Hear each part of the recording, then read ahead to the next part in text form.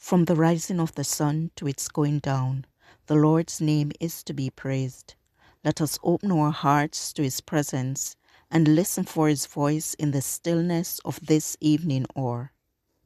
Our evening sacrifice, the desire of ages, chapter 31, the Sermon on the Mount, March 31st. Go tell it on the mountain, over the hills and everywhere. Go tell it on the mountain that Jesus Christ is born. Down in a lowly manger, the humble Christ was born and brought us God's salvation that blessed Christmas morn. This chapter is based on Matthew 5, 6, and 7. The law of the Lord is perfect, converting the soul. The testimony of the Lord is sure, making wise the simple. Psalm 19, verse 7. God pours his blessings upon us. He maketh his sun to rise on the evil and on the good, and sendeth rain on the just and on the unjust. He is kind unto the unthankful and to the evil. Luke 6, verse 35. He bids us to be like him. Bless them that curse you, said Jesus. Do good to them that hate you, that ye may be the children of your Father which is in heaven. These are the principles of the law, and they are the wellsprings of life. God's ideal for his children is higher than the highest human thought can reach. Be ye therefore perfect, even as your Father which is in heaven is perfect. This command is a promise. The plan of redemption contemplates our complete recovery from the power of Satan. Christ always separates the contrite soul from sin.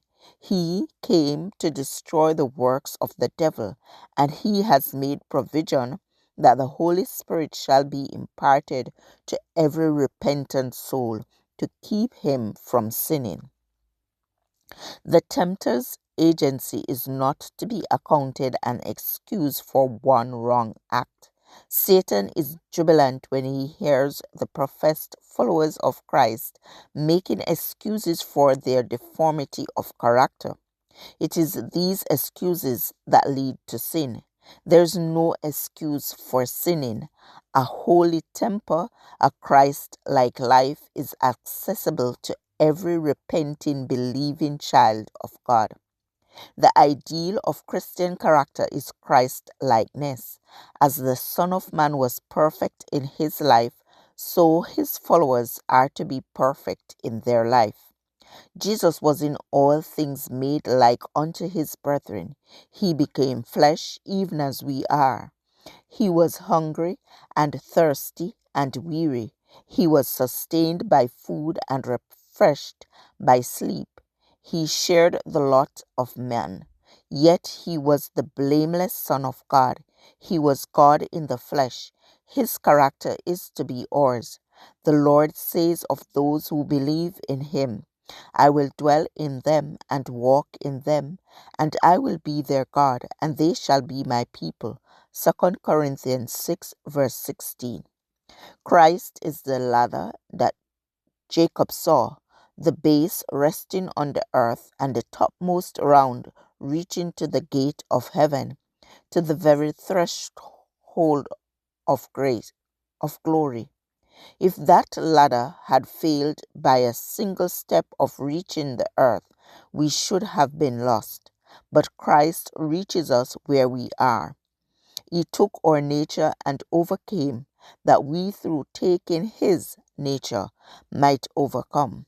Made in the likeness of sinful flesh, Romans 8, verse 3, he lived a sinless life. Now by his divinity he lays hold upon the throne of heaven, while by his humanity he reaches us.